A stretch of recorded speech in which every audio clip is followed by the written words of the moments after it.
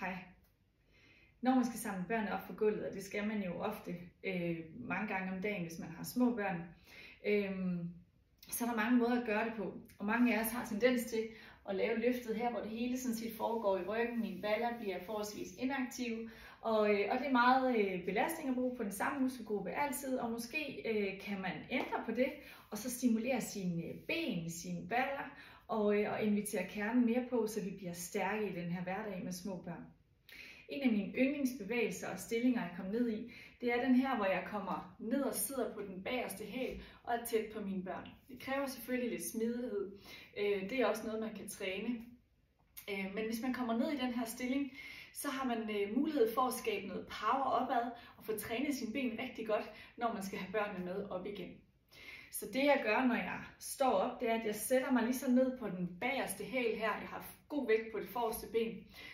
Og her kan jeg sidde godt og afslappet i noget tid.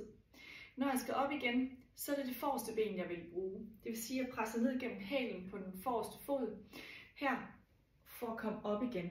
Og det giver en sindssygt god aktivering af ballerne, bagsiden, selvfølgelig også af låret, og det andet ben er også med.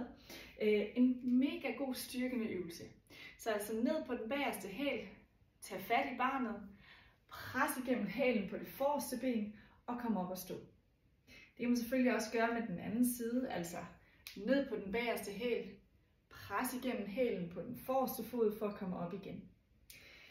Hvis vi gerne vil have kernen endnu mere ind, for det er en belastning, når vi bærer børnene op fra underlaget, så inviterer vi dem på ved også at få aktiveret vores bækkenbund, og så er det en god idé at sætte udånding på.